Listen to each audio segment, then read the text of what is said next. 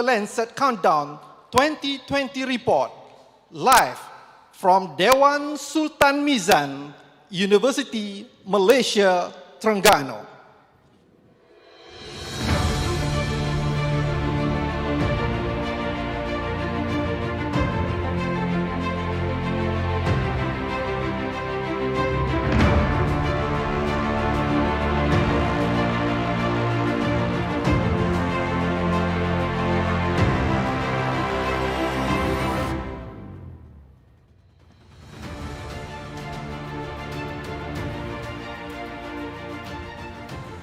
Yang Berhormat Dato Seri Dr. Noraini Ahmad, Minister of Higher Education Malaysia, Dr. Nagulendran A.L. Kangayakarasu, Deputy Secretary General, Environmental Management, Ministry of Environment and Water, Yang Amat Mulia, Tengku Datin Paduka Setia, Zatashah, binti Sultan Sharafuddin Idris Shah, Professor Dato Dr. Noraini Haji Mokhtar, Vice Chancellor of University Malaysia Terengganu, Professor Dr. Elizabeth Robinson, Board Member of Lancet Countdown, United Kingdom, distinguished and honorable guests, scientists and researchers, members of the media, ladies and gentlemen, a very good afternoon to everyone.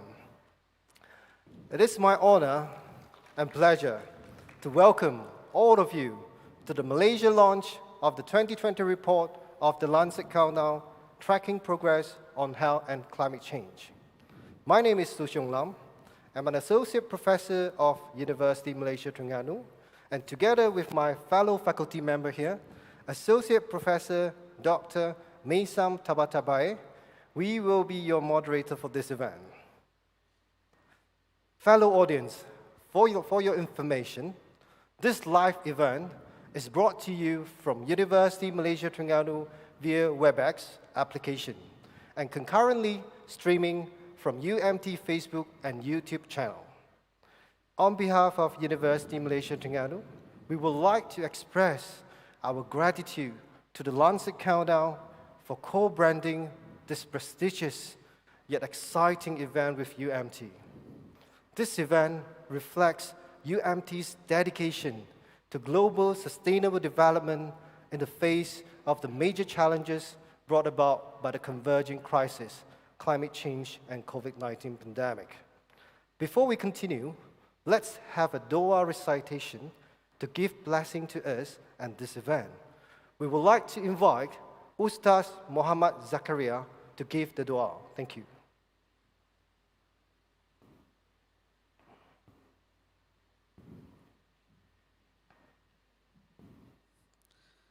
Assalamu alaikum wa rahmatullahi wa barakatuh.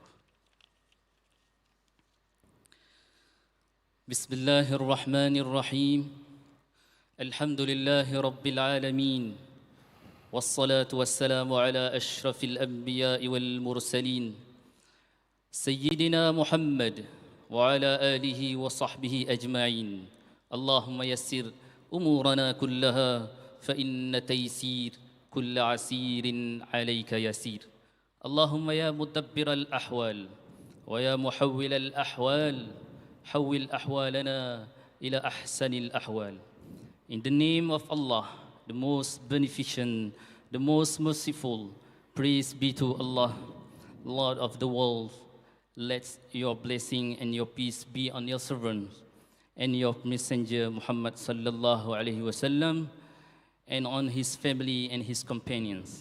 Allahumma ya Allah, on this glorious afternoon, in conjunction with the opening ceremony of the Malaysia launch of the 2020 report of the Lancet Countdown, tracking progress on health and climate change, we uphold our hand to pray gratefully to thank on your infinite favor to us, till we can live in peace and harmony, to perform our tasks as your servant, Ya Allah. We ask your blessing to make this occasion in success. You are the mercy of the merciless, and you are the Lord of the universe. Give us mercy from your presence, and shape for us right conduct in our plight. We ask you for knowledge which is beneficial and sustenance which is good, and deeds which are acceptable. May all participants benefit from this event, and bring betterment for the Ummah. بسم الله الذي لا يضر مع اسمه شيء في الأرض ولا في السماء وهو السميع العليم. Ya Sattar, Ya Alim, Ya Allah, help us to remember you, to thank you, and to worship you in the best of manners. Forgive us, have mercy upon us, guide us, give us health, and grant us sustenance. Praise be to Allah, Lord of the universe. O Allah, we seek of you the means of your mercy, the means of your forgiveness, the protection from all mistakes, the benefit from all virtue, and the freedom from all sins. Ya Allah, the most merciful, here we come in our weakness. In you we place our hope and trust. To you we turn in our time of need. We pray to you with your blessed and mercy to live and end the COVID-19 outbreak, which is threatening the whole country. اللهم اجعل جمعنا هذا جمعا مرحوما وتفرقنا من بعده تفرقا معصوما ولا تجعل فينا ولا معنا شقيا ولا محروما. ربنا آتنا في الدنيا حسنة وفي الآخرة حسنة وقنا عذاب النار وصلى الله على سيدنا محمد وعلى آله وصحبه أجمعين والحمد لله رب العالمين. السلام عليكم ورحمة الله وبركاته.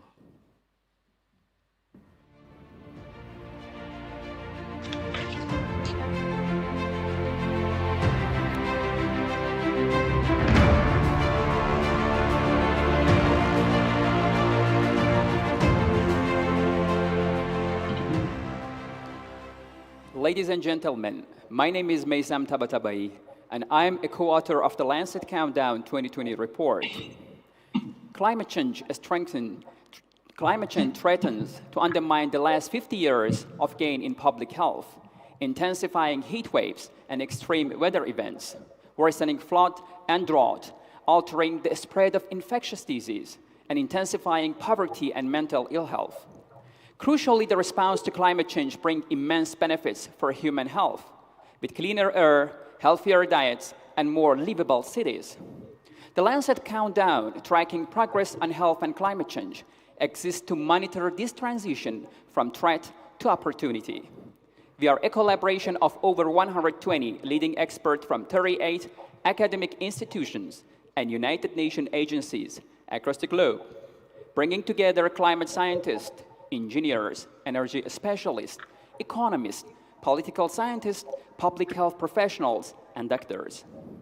Each year, our findings are published annually in medical journal The Lancet, ahead of the UN climate change negotiations. Our data makes clear how climate change is affecting our health, the consequences of delayed action, and the health benefits of a robust response. Indeed, my son, there are actually a lot of us in the world actually cares about this climate change, and we are trying to put our best efforts on it. Absolutely. Yeah. Ladies and gentlemen, UMT is honored and privileged to have passionate, high-profile speakers in this event. We have Tengku Zatashah, we have Dato Noraini, Dr. Nagulendran, we have our Dato ministers. So they are all very Not to forget Professor Robinson from London. Professor Robinson as well. So we would also like to thank all the audience in the hall and those who are now with us online from all around the world. I can see that there are a lot of them, a lot of the fellow researchers from different countries, like some from Korea, there's from China, also from Indonesia, Philippines, Thailand as well. Hello to you all. And we just got an update that more than 2,000 participants from over 30 countries that have registered for this event. And more importantly, approximately 80% of them are now with us in the hall and virtually. Thank you very much to all of you, and we would like to say hi to you, and also many thanks to all of you for supporting this initiative. Let me remind our lovely audience, please keep your cameras on so we can see your beautiful faces on the screens behind us. Thank you, myself. Without further ado, please allow me to welcome the Vice Chancellor of University Malaysia Terengganu, Professor Dato Dr. Noraini Haji Mokhtar, to give the welcoming speech. Hello, Dato. Hi, Dato. Yeah, hi. Good to see you, Dato. The floor is yours. The floor is yours, Dato. Bismillahirrahmanirrahim.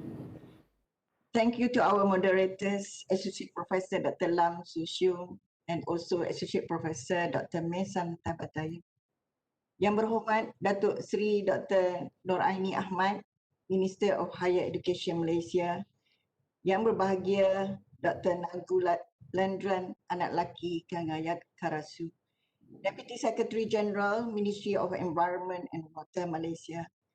Yang Amat Mulia Tengku Datin, Paduka, Setia, Zatashah, binti Sultan, Sharafuddin, Idris, Shah, Princess of Selangor. Professor Dr. Elizabeth Robinson, member of the Lancet Countdown Board and also Professor, University of Reading, United Kingdom. Deputy Vice Chancellors and Pro-Vice Chancellor, members of the Senate and top management of University Malaysia Terengganu, distinguished and esteemed guests, academics, scientists, researchers and practitioners, members of the media and the whole media crew at the back there, ladies and gentlemen.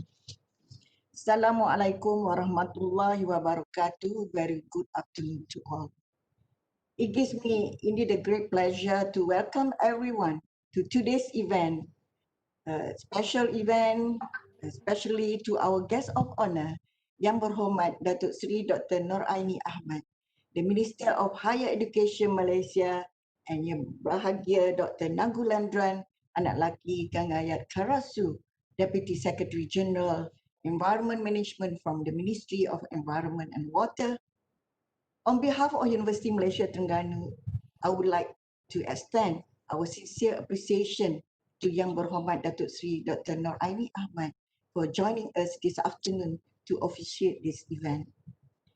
I would also like to welcome our honourable speakers of today, Professor Dr. Elizabeth Robinson, renowned health and climate change professional from University of Reading, UK, and Yang Amat Mulia Tengku Datin Paduka Setia Zatashah, a celebrated health and climate change activist in Malaysia who has been the leading figure of many nationwide campaigns in these domains.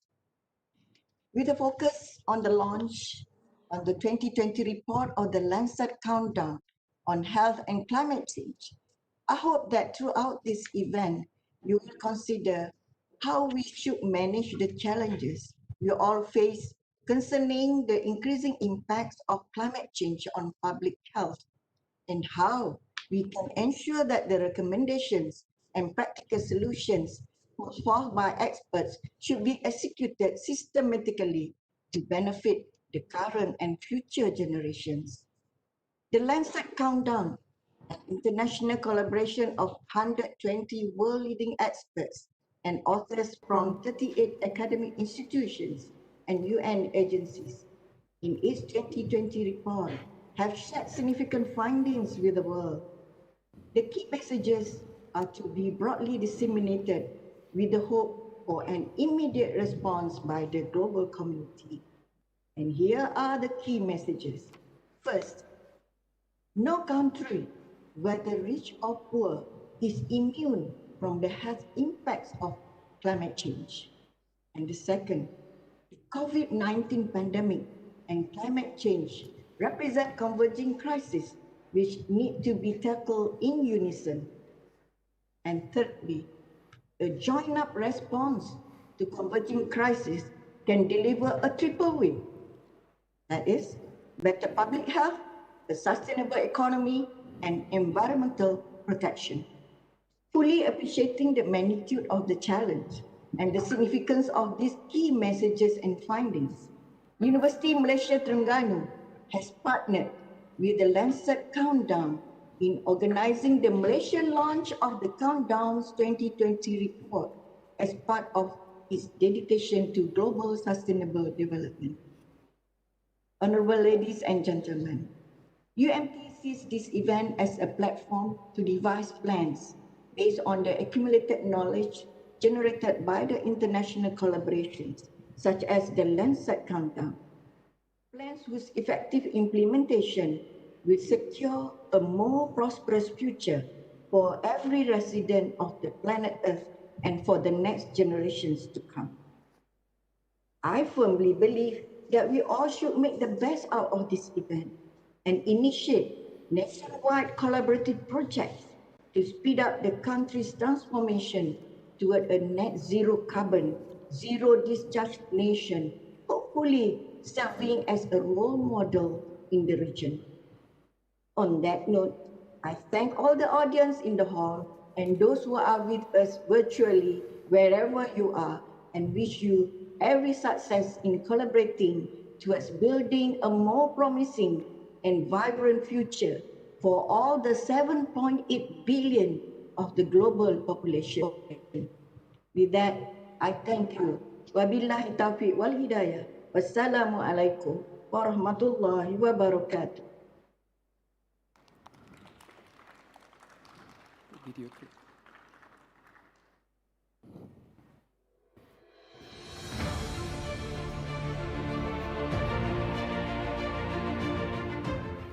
Thank you very much to Professor Dr. Noraini for giving the welcoming speech and also share some of the key messages from the report by the Lancet Countdown. Next, we are honored to have Yang Berhormat Dato Sri Dr. Noraini Ahmad, the Minister of Higher Education Malaysia, to give the inaugural speech and later to officiate this event. Ladies and gentlemen, please join me in giving the warmest welcome to Dato Sri Dr. Noraini Ahmad.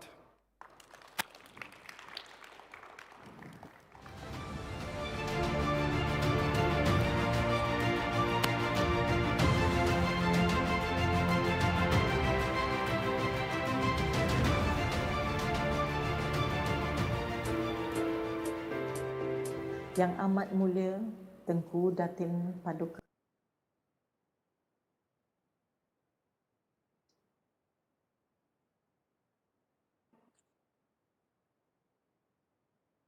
Chancellor of University Malaysia Terengganu, Professor Dr. Elizabeth Robinson,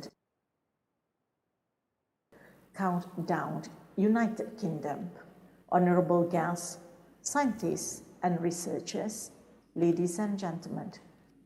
Assalamualaikum warahmatullahi wabarakatuh and a very good afternoon. First, I would like to congratulate University Malaysia Terengganu for the appointment as the organizing committee of the Malaysia launch of the 2020 report of the Lancet Countdown of Health and Climate Change.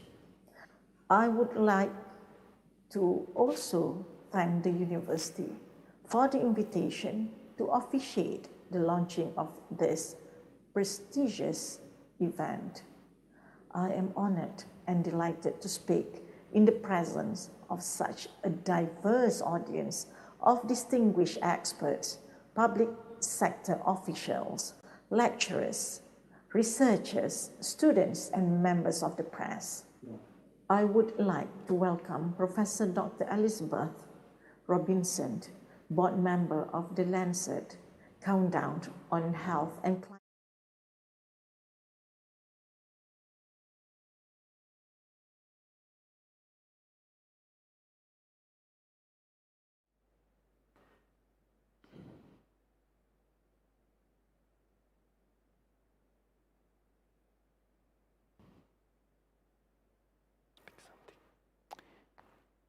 Right, ladies and gentlemen, we have run into a technical problem. Please stay with us. Our technical team are trying very hard to resolve the issue. So while we are waiting for the Honorable Minister of Loss. All right. There is no doubt that we, the global community, must now rethink sustainability and its pillars.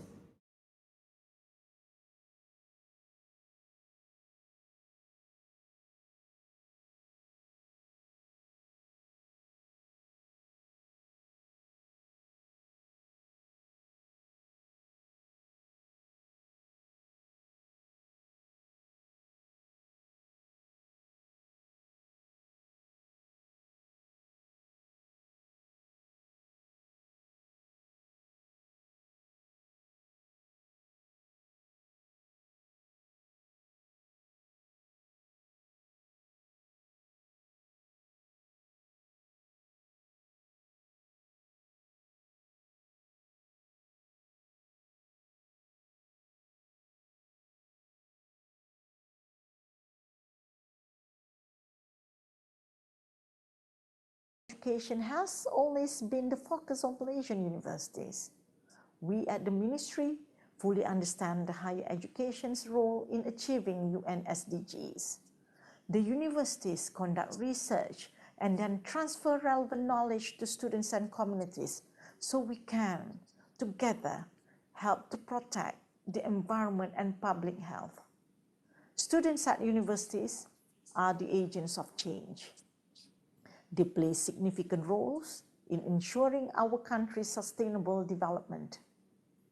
Universities should strive to develop education programs that teach students about climate change and its effect on health. They should aim to produce holistic graduates, the global citizens who do not only possess academic excellence, but are also aware of what it takes to shape the current world for a better and sustainable future.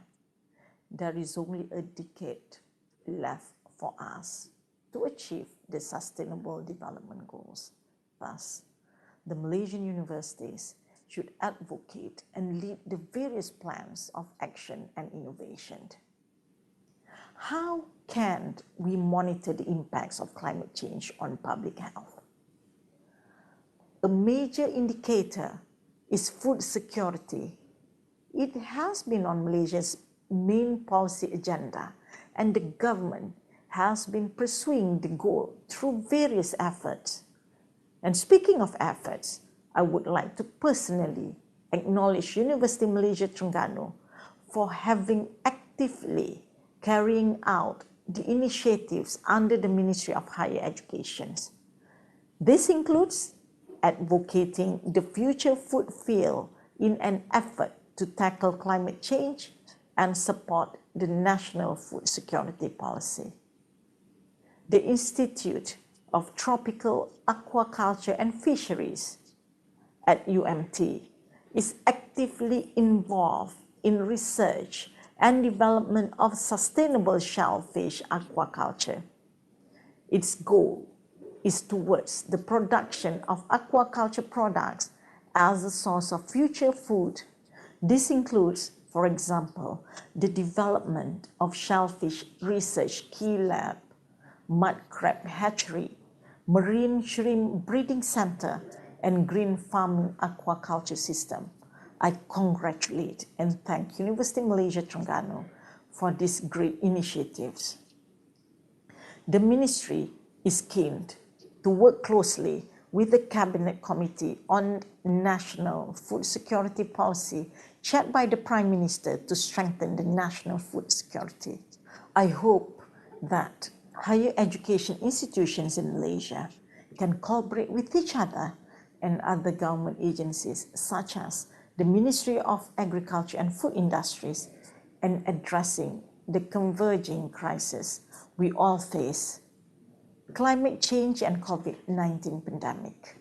We should form and enhance the synergy between the Ministry of Higher Education and the Ministry of Agriculture and Food Industries.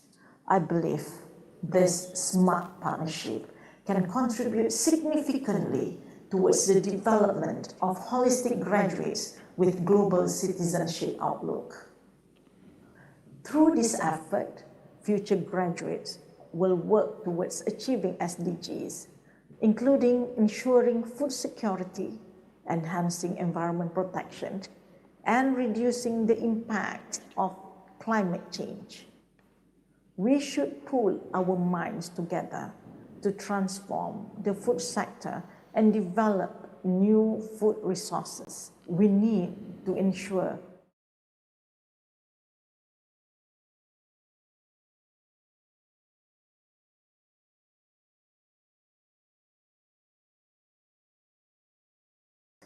innovative thoughts and useful ideas in moving forward.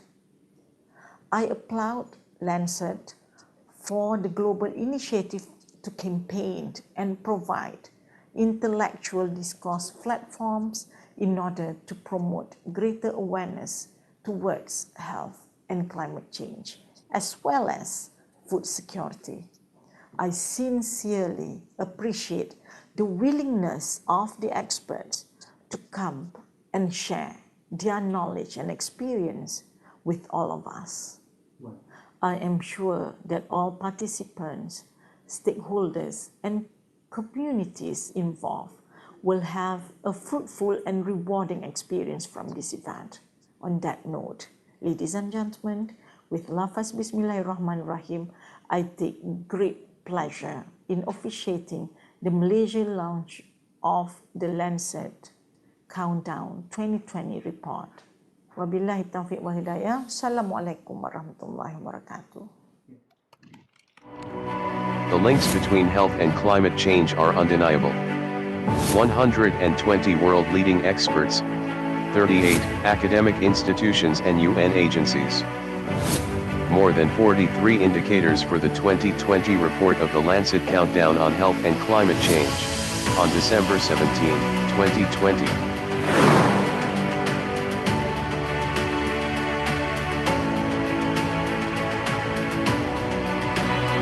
The Malaysia launch of the 2020 report of the Lancet Countdown on Health and Climate Change.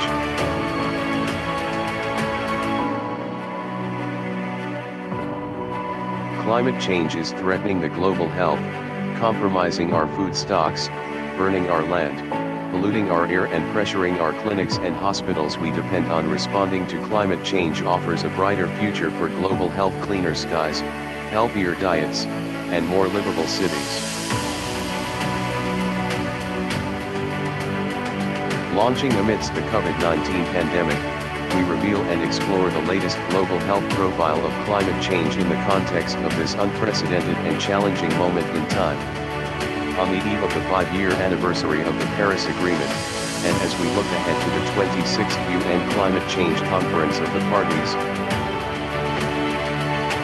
we discuss the consequences of delayed action for public health, as well as the health, economic and societal benefits of a robust and rapid response. This event will contextualize the findings of the 2020 Lancet Countdown report in a Malaysian context, bringing together leading academics and policy makers with wide-ranging experience and expertise.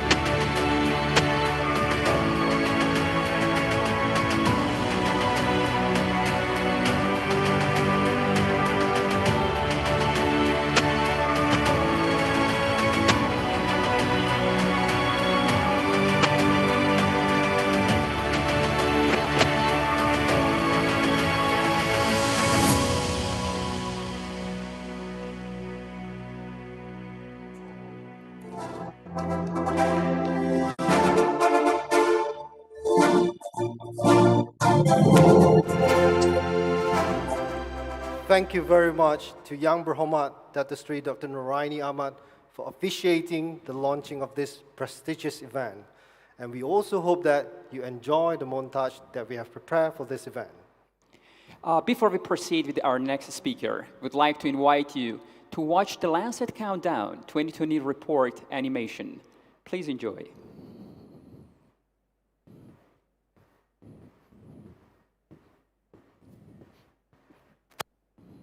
The pandemic has given us a glimpse of a possible future. It has shown us that when health is threatened on a global scale, our way of life is brought to a standstill.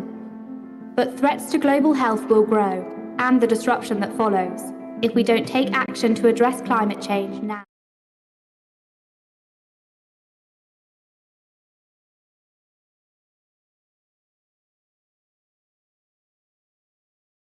This year's report reveals the most concerning outlook yet.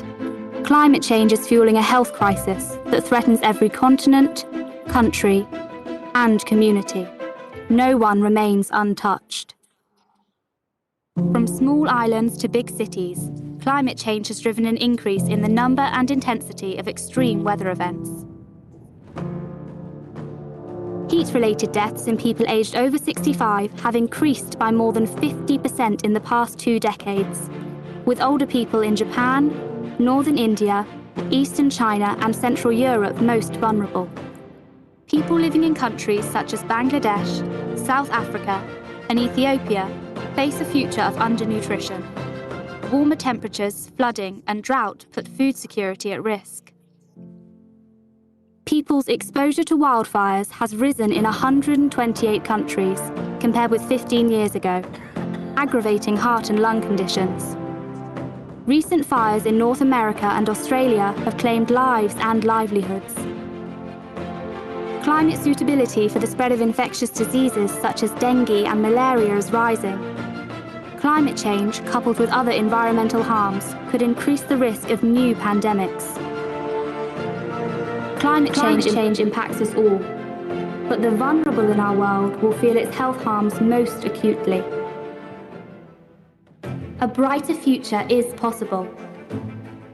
Responding to climate change by reducing global bring immediate health benefits through cleaner air, healthier diets, and more livable cities. 3 million people die prematurely each year from heart and lung diseases linked to ambient particulate air pollution. Cleaner air inside and out would prevent a large number of future deaths. A further 1 million deaths in 2017 were associated with eating excessive red meat, a risk factor for diseases such as cancer and heart disease. Promoting healthier diets around the world would save millions of lives, while reducing significant emissions from livestock. Time is short. Our failure to respond to climate change is damaging the health of the world's 7.8 billion citizens today. If we don't act now, we will condemn each other to a future of climate-induced health shocks. The global pandemic has presented the circumstances from which to reset. Responding to these converging crises offers a triple win: protect public health, promote sustainable economies, preserve our planet. We must now choose the world we want to live in.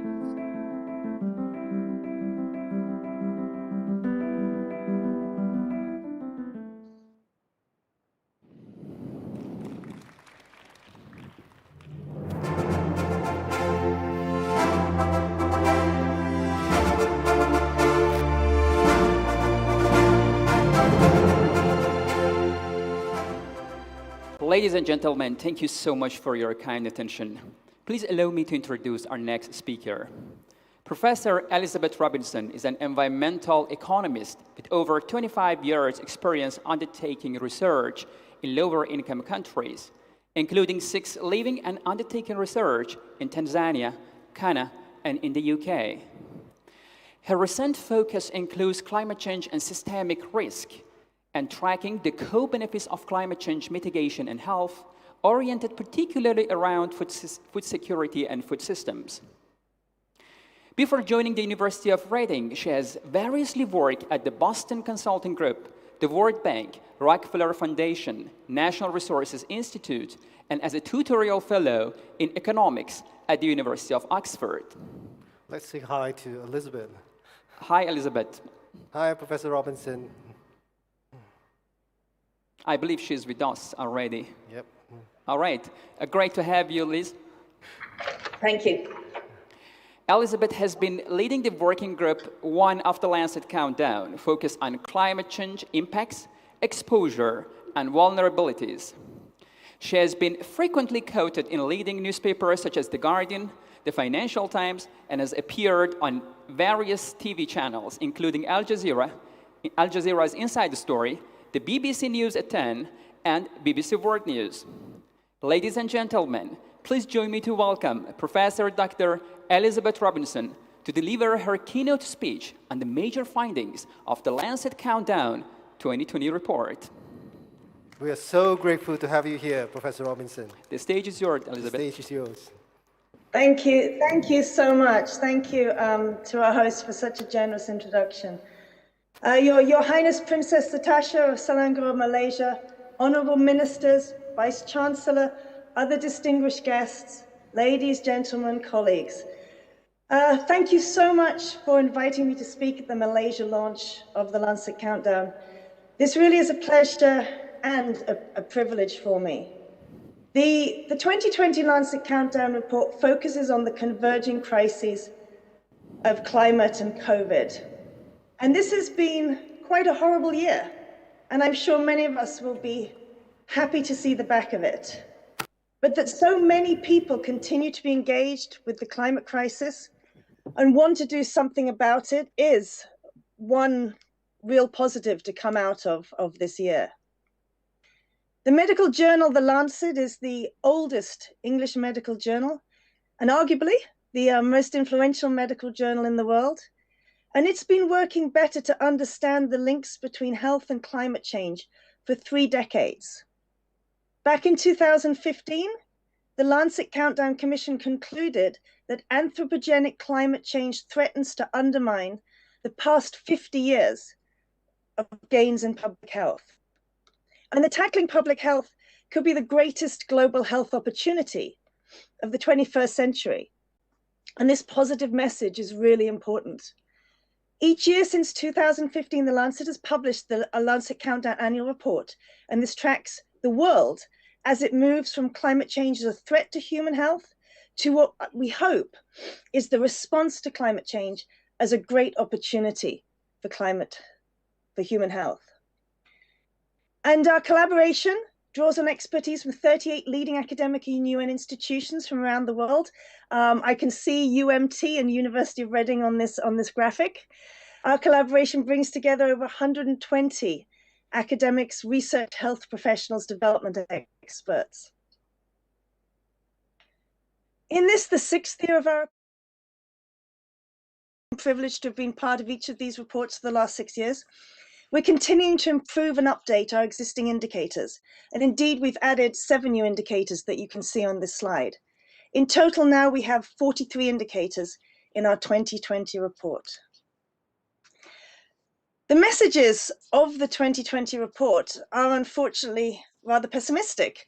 I think each year we're hoping to provide more optimistic messages, but this is the 6th year that yet again we've once more provided clear evidence that climate change is already harming the planet and human health, that the actions that we need to take to mitigate climate change will have the benefit of directly and indirectly improving our health, and yet we continue individually, as countries, as a planet, to pollute the air we breathe.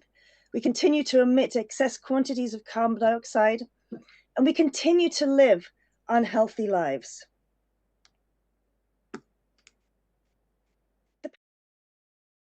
The pandemic has given us several glimpses, I think, of possible futures. One is of a global crisis where no country is left unharmed, where health systems are overwhelmed, where children's lives, children's childhoods, their education is being particularly compromised. And we heard from the minister earlier about how important education is, education for our children and higher education. But on a more positive note, we've seen governments make seemingly difficult choices to protect lives and the health of their citizens. We've seen tremendous cooperation among countries through the development of vaccines. Of course, there's no vaccine for climate change, but we do know how to reduce emissions, to reduce the extent of the global heating we're already experiencing. We do know the actions that we need to take to mitigate climate change, and we know these are the actions that will make our planet a better, a more prosperous, a more healthy, and I suspect a much more equitable place to raise our children. On the eve of the 5th anniversary of the adoption of the Paris Agreement, and as countries see their nationally determined contributions, set their nationally determined contributions, the time to act is now. And so right now, I would like to share with you some of our new and some of our improved indicators from the 2020 report. And first of all, I want to talk to you about some indicators from the first working group. This is the working group that I coordinate, where we explore the impact, the links between climate change impacts, exposure, and vulnerability. And I'll just show you a small selection of these indicators, but we do focus on heat, on labor capacity, on the spread of infectious diseases, and on mortality. I'd also just like to note that we do have a lot of ongoing work to establish indicators for concepts that are inherently difficult to quantify. Particularly, I'd just highlight mental health effects and the gendered impacts of climate change.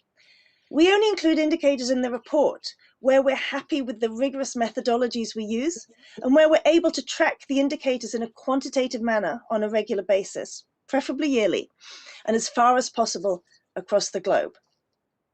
So this slide we're looking at now, this is an indicator that tracks exposure of vulnerable populations to heat waves. And as you can see, we're tracking over time. We're looking at global data, but we're disaggregating our data to look at some of those key countries and how they're being affected. What we know is that exposure of extremes of heat results in a range of negative health consequences, including heat stress, heat stroke, worsening heart disease, and acute kidney injury. We know that populations over 65 are particularly vulnerable to these effects, and populations over 65 are being increasingly exposed to heat and heat waves in increasing numbers.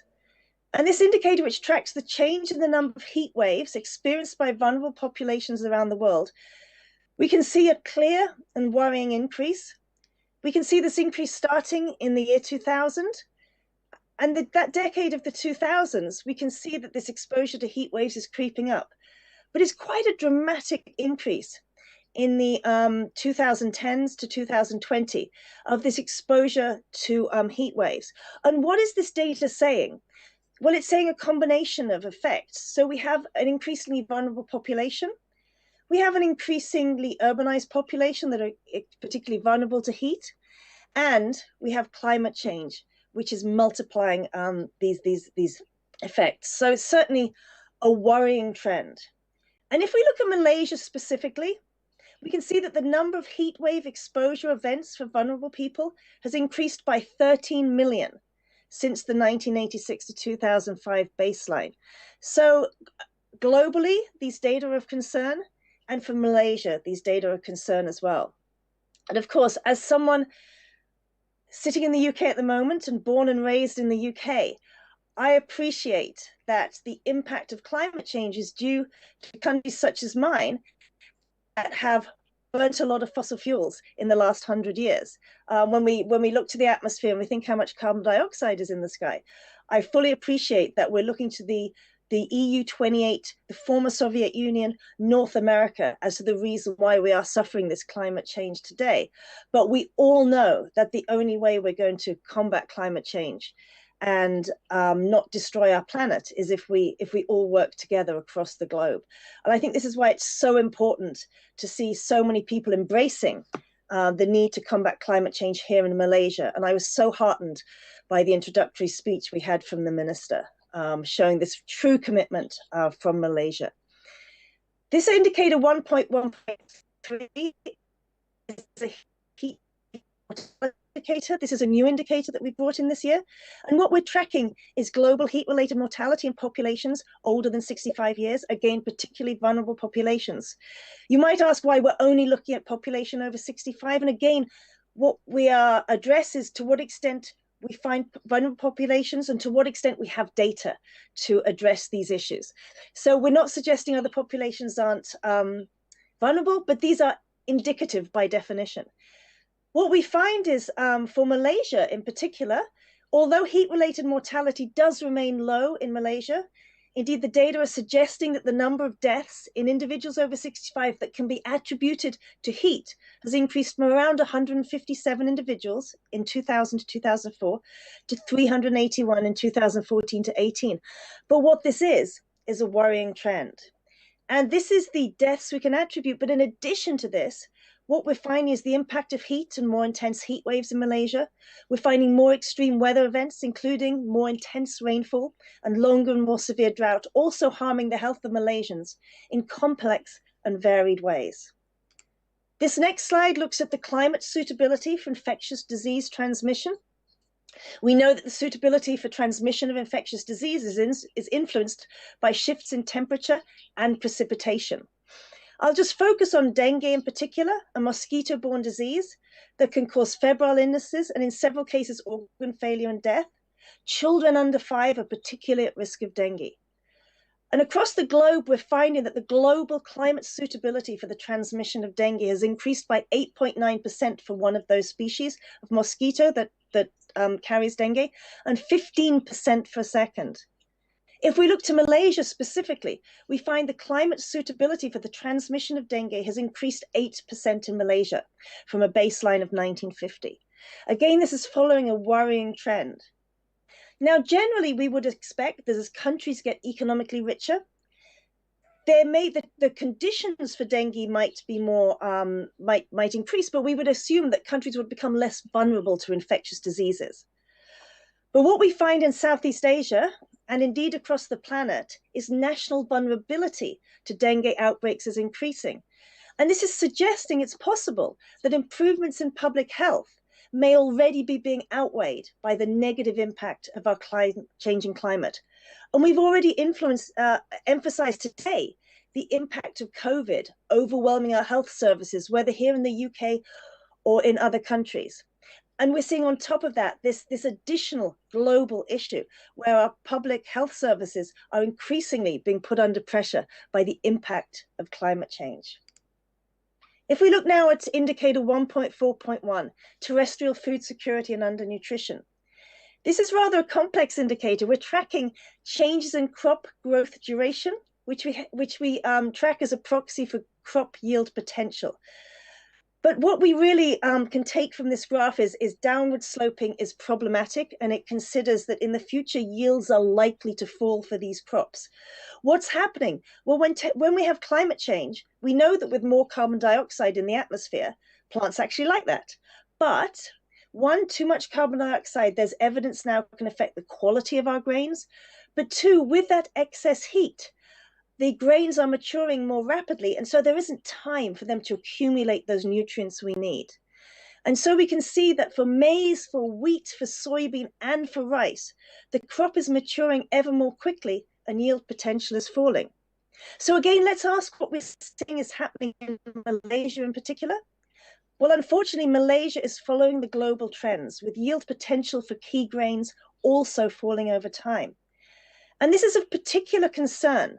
For Malaysia, we heard the minister earlier discussing food security. And why is this particular concern? Well, if we look at the value of food production in Malaysia, it has plateaued since 2011. And the number of severely food insecure people has remained around 2 million for the past 5 years.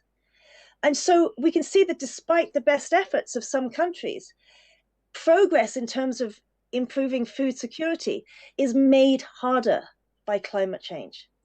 In addition, what we know is rising sea levels and warmer waters are harming corals and threatening food security in Malaysia's coastal areas. And one of our co-hosts, Maysam, who's also one of my co-authors on this report, this is one of the areas that he's a particular expert in. Look at this impact on marine food security. And that's a particular concern and a particular issue for Malaysia. If we consider now another area of the countdown, Working Group 3 looks at mitigation actions and the health co-benefits.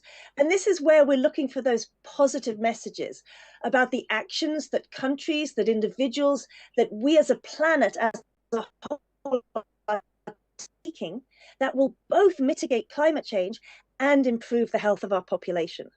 And Working Group 3 presents evidence relating climate change mitigation and these associated near-term consequences, these near-term benefits and wins for health. I'm just going to show you one key indicator, but a very critical indicator, and this is the phase out of coal.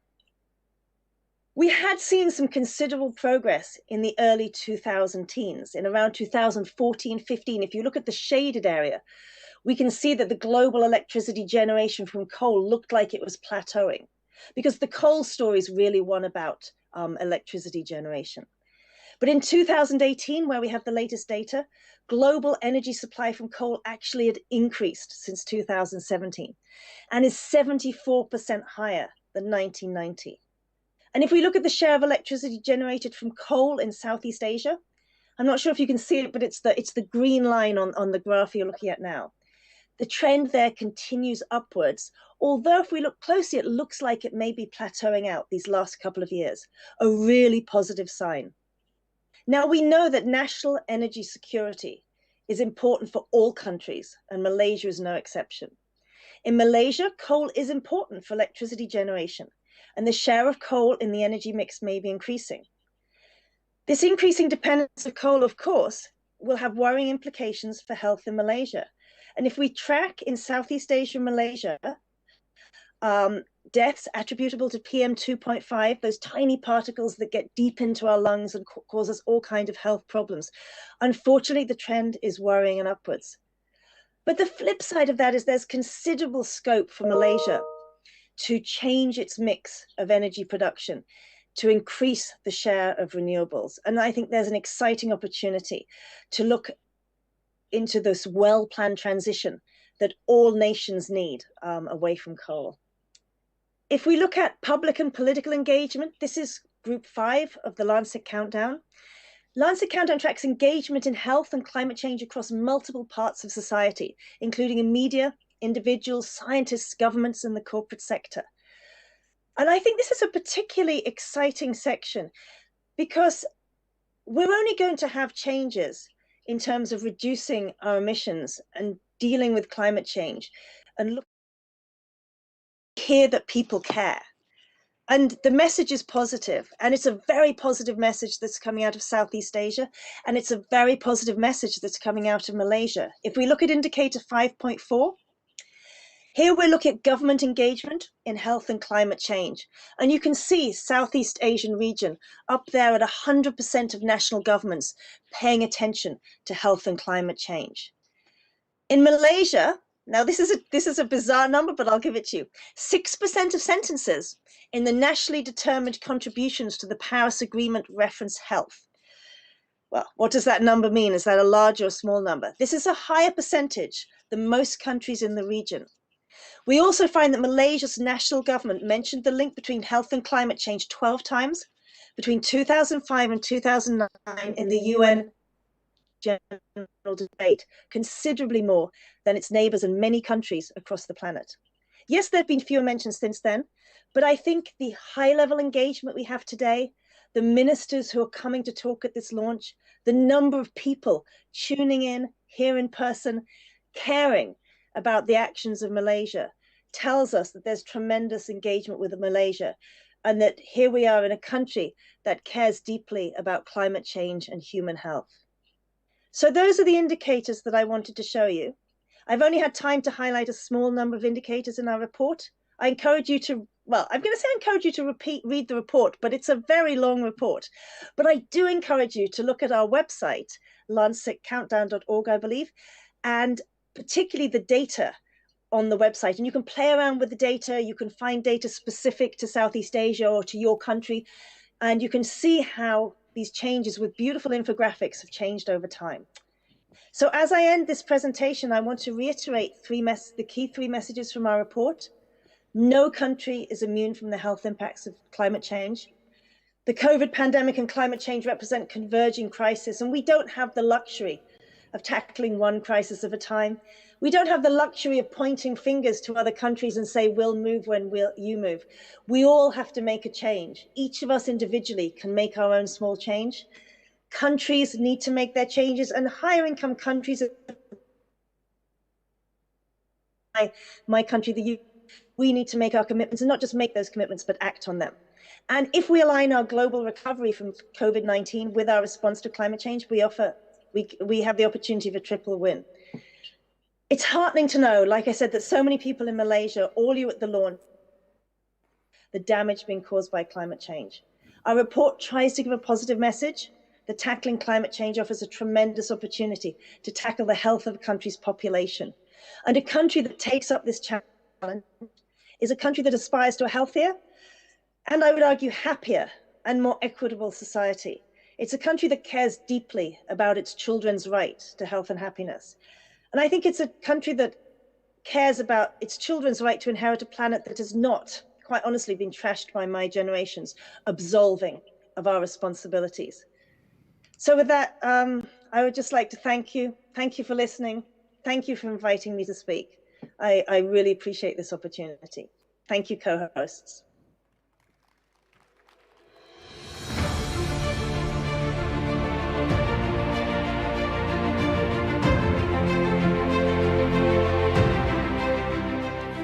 Thank you so much, Professor Robinson, for sharing with us the highlights of the Lancet Countdown 2020 report. Ladies and gentlemen, we now would like to welcome again the Vice-Chancellor of University Malaysia Terengganu, Professor Dato Dr. Noraini Haji Mokhtar, to deliver the introductory remarks for this event. Hello, Dato. Hello. Thank you again, Dr. Lam. Thank you, Dato. The floor is yours. Yeah. Distinguished guests, ladies and gentlemen, I'm honored to take this opportunity to briefly introduce about University Malaysia Terengganu, or UM.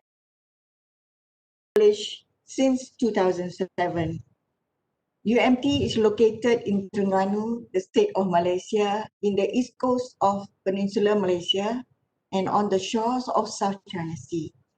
UMT strives to become a leading university of excellence, particularly focusing on marine sciences, aquatic resources, advocate oceans of discoveries for global sustainability. Sprawling on 282 acres of land, accommodating about 10,000 students, UMT is an eco-friendly and sustainable campus where the faculties, research institutes, and student hostels are all within walking distance.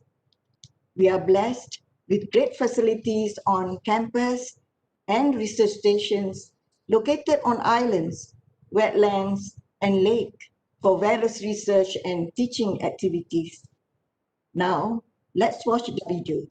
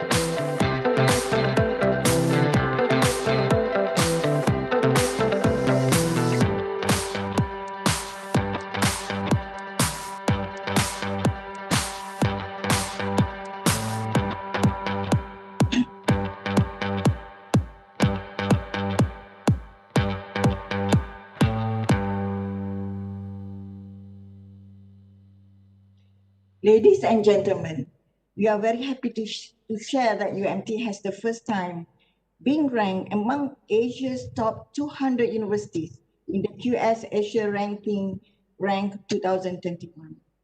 Based on the QS report at a position of 195, we are up 48 places from last year, and it has been UMT's best achievement since its establishment.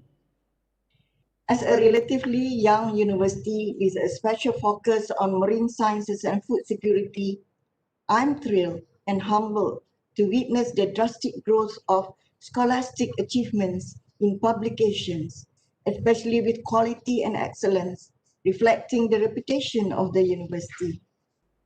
I would like to assure you that we will continue to devise and implement strategies that will bring UMT to a new high level of reputation with a current 5-star achievement for MIRA, that is the Malaysian Research Assessment, going for 6-star at par with the top research universities in Malaysia. This achievement is a testament that UMT is duly recognized by international academics as well as industries, as the QS ranking involves surveys from both parties. We hope UMT's inclusion in Asia's top 200 universities is likely to attract more international students and increase international collaborations with the world-leading academicians and industries like you, particularly on climate change and food security. We believe that there must be a balance between achieving international rankings and achieving the main goals of the university's establishment, which are the creation and dissemination of knowledge towards global sustainability, alongside with the National Global Agenda for SDGs. Continuous empowerment of research and teaching, internationalization, and enhancement of university visibility will not only for the rating and ranking purposes, but also for the fulfillment of stakeholders' needs as stipulated in the university's Strategic Plan 2018-2023. Ladies and gentlemen, global warming has led to the destruction of one of the most diverse and productive ecosystems on the planet, the coral reefs. The vulnerable ecosystems are highly responsible for marine productivity, and their continued bleaching due to a prolonged warming effect of sea surface temperature will undoubtedly pose severe threats to marine food security.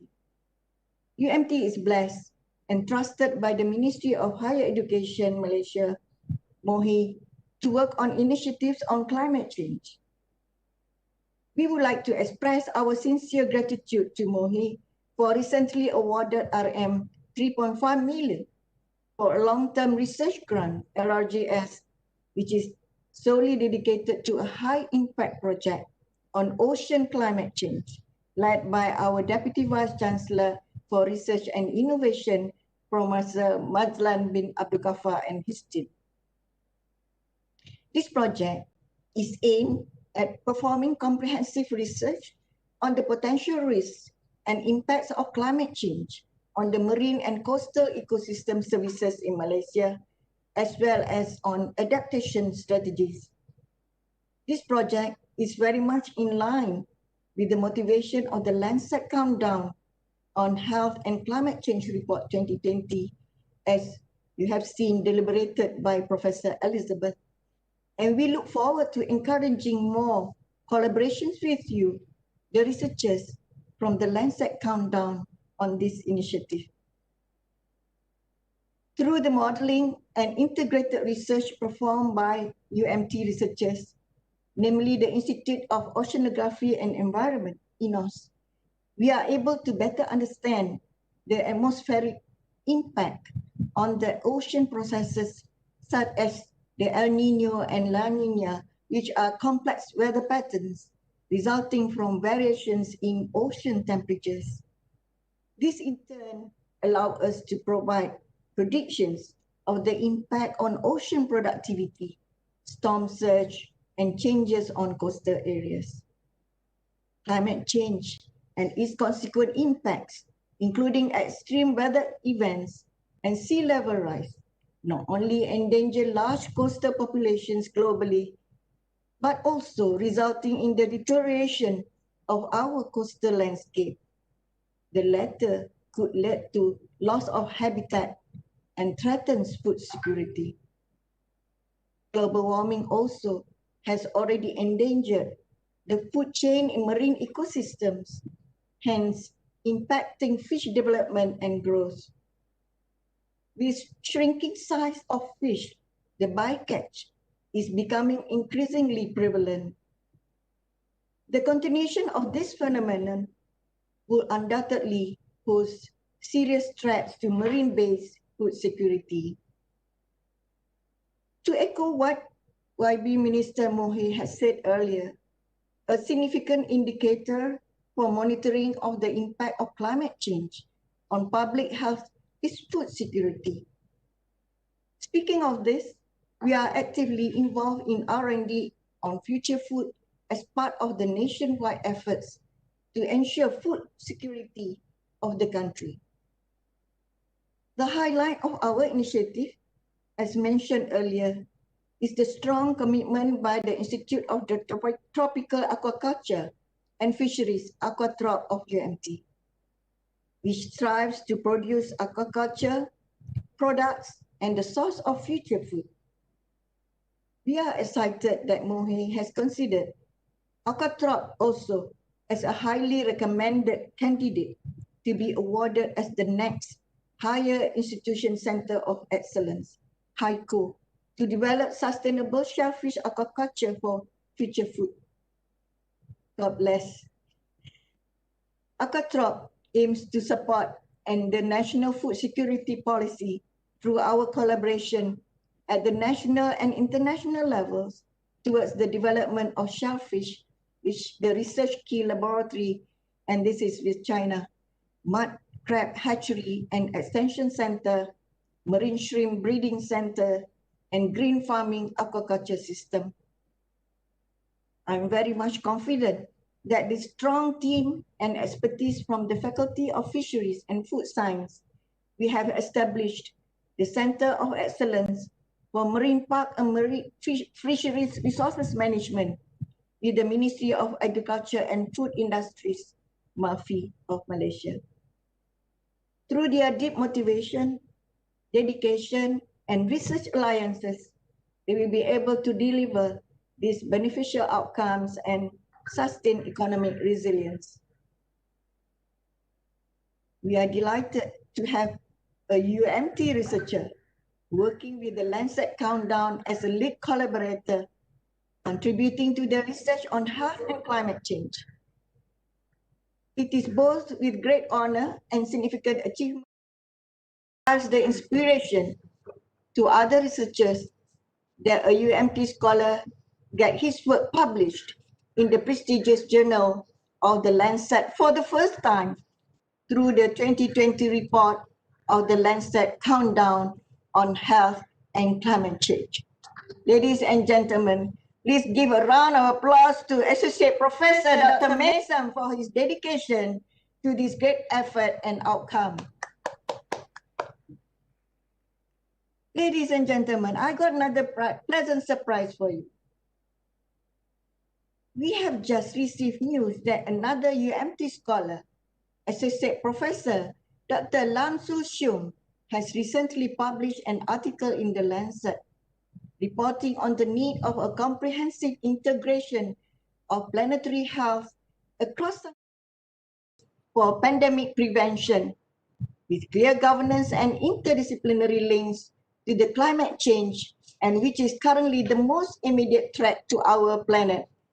Please give a big round of applause to Dr. Lam. Both of them are our moderators today. These publications in the Lancet show a strong commitment by UMT to work with the Lancet Countdown towards creating knowledge and disseminating it, which would hopefully lead to effective strategies that concurrently could tackle the converging crisis, the COVID-19 pandemic, as well as climate change. Ladies and gentlemen, it is with great honor and I'm delighted here to have our guest speaker, Dr. Nagu from the Ministry of Environment and Water, for sharing his keynote speech in this event.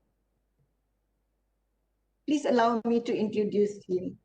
Dr. Nagu joined the Malaysian government as a diplomatic and administrative officer in 1995. A Chevening scholar, he has been, for most of his career, worked on issues related to biodiversity, biosafety, and environment. His doctoral studies at the University of Nottingham focus on biodiversity governance in Peninsular Malaysia.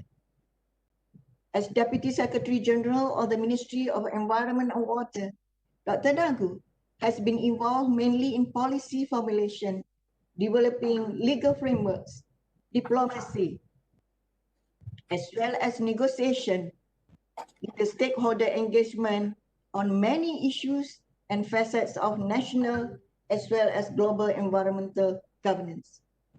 He feels that it is a joint responsibility for all to ensure environmental concerns are mainstream into national and global socio-economic development agenda. Dr. Nagu advocates that changes at an individual level to live in harmony with nature is a powerful catalyst to augment the implementation of the Sustainable Development Goals. Thank you. Right. Hello. Hi, good afternoon, and terima kasih Datuk Prof. Noraini for the kind introduction. And to, of course, Yang Amat Mulia Tengku Datin Paduka Seri Zatashah binti Sultan Sharafuddin Idris Shah.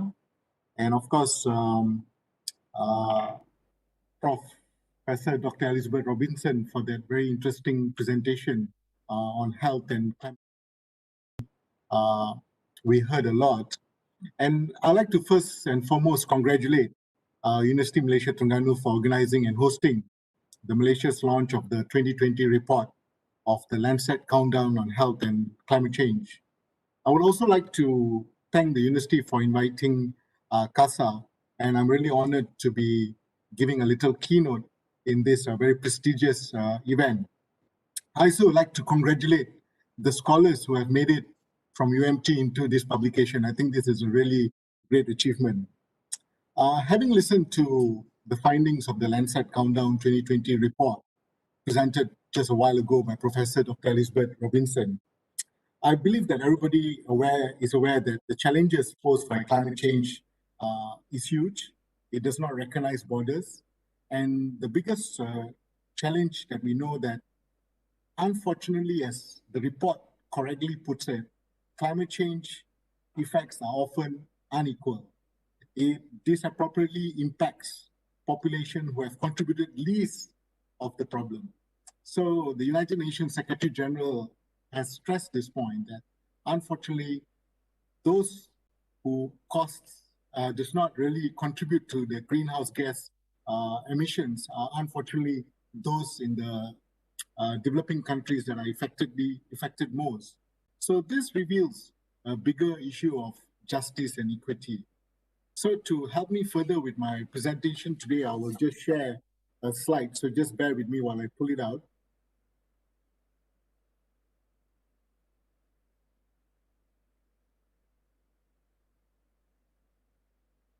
Right, give me a moment.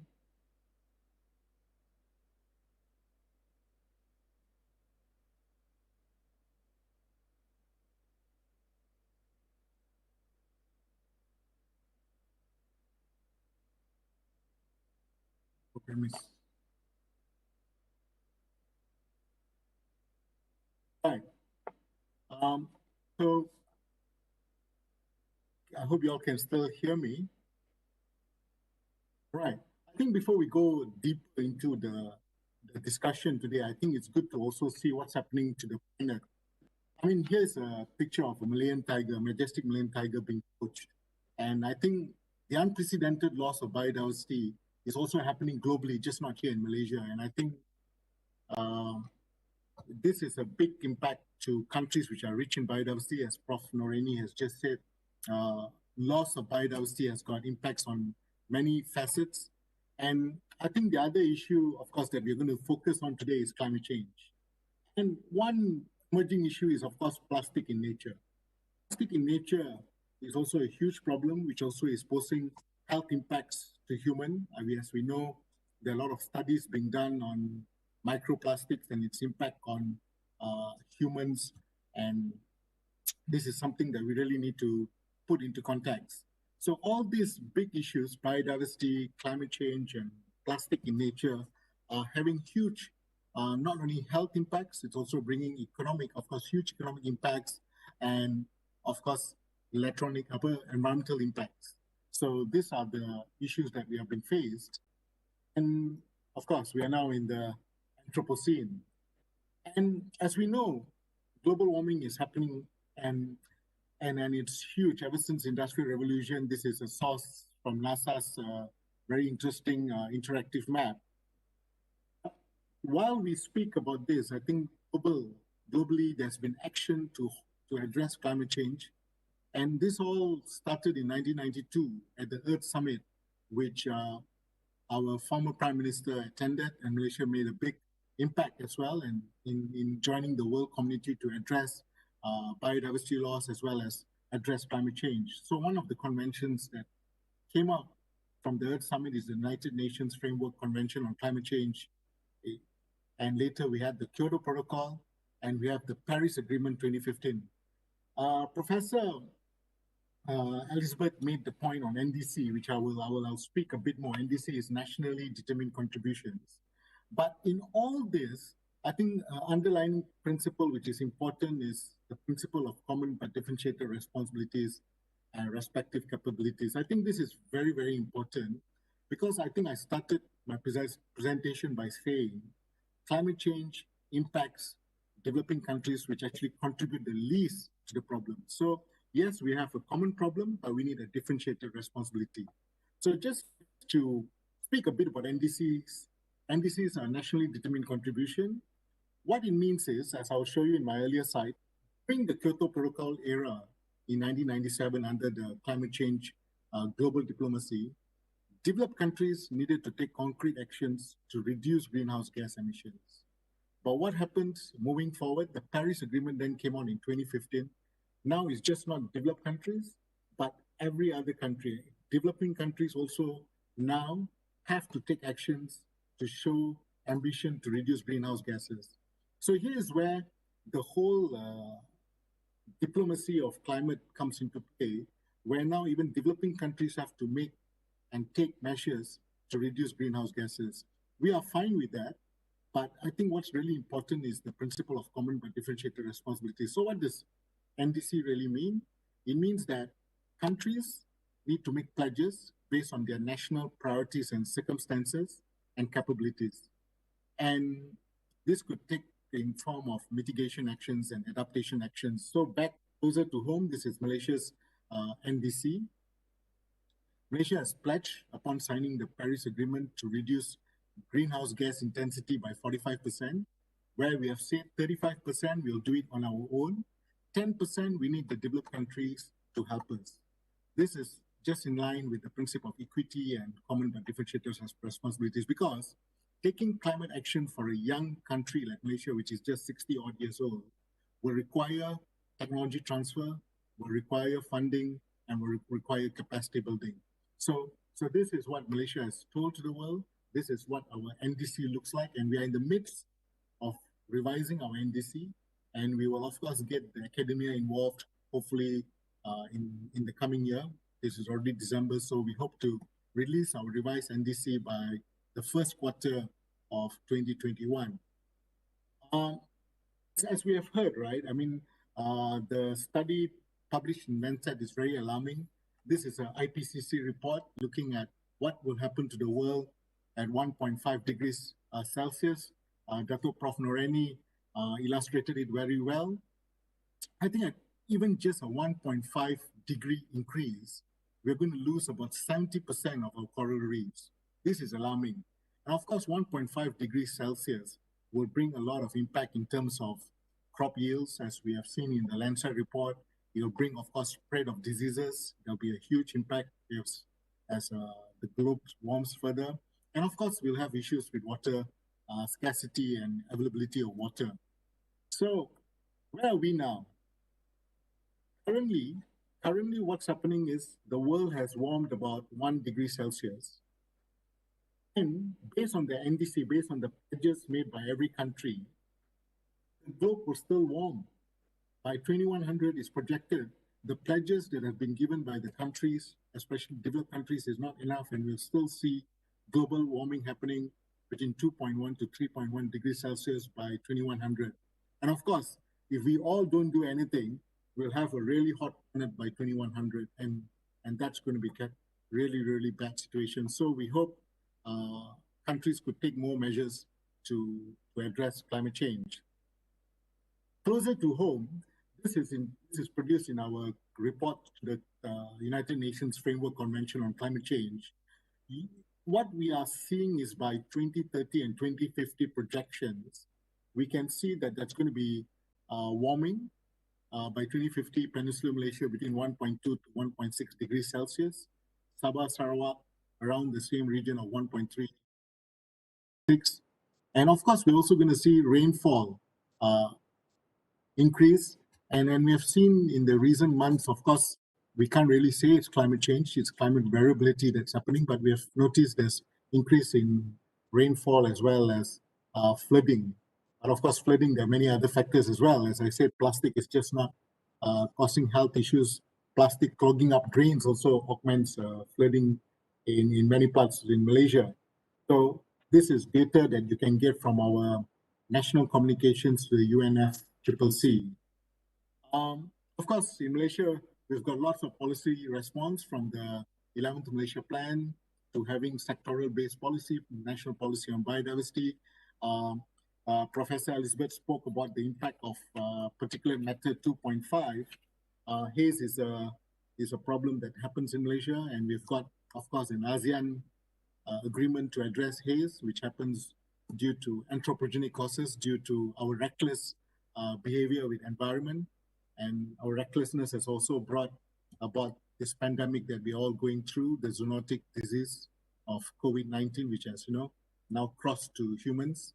And of course, we've got even policy plans for our majestic Malayan tiger, which I think the numbers are really going down, but we really need a whole of government and whole of society approach to ensure that the majestic Malayan tiger still roams in the Malaysian landscape. It's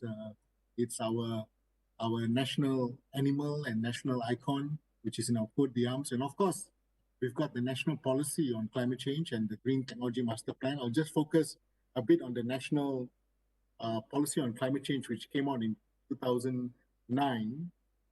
And we're in the midst of going to review this policy because it's quite dated, but still relevant. Its policy statement is to ensure a climate resilient development to fulfill national aspirations for sustainability. Objectives is to mainstream climate change. We want everybody to have climate change regardless of any sector, in the construction sector, in the fishing sector, everywhere we want to mainstream climate change. We need an integrated response. I think things that we are talking and really, which are working is low carbon cities. Cities are also embracing to be more low carbon. And of course, we need a whole institutional framework to make this happen.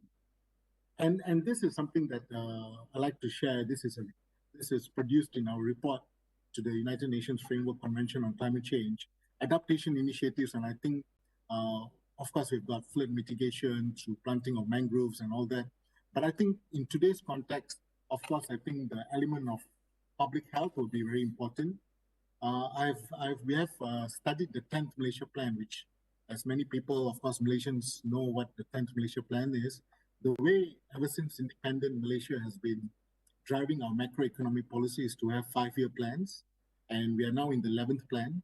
And in the 10th plan, we just ended in 2015, we spent about 9 billion on the health sector, with over 1.5 billion being for adaptation of the health sector to climate change. So we're already spending quite a huge amount of money for adaptation towards climate change.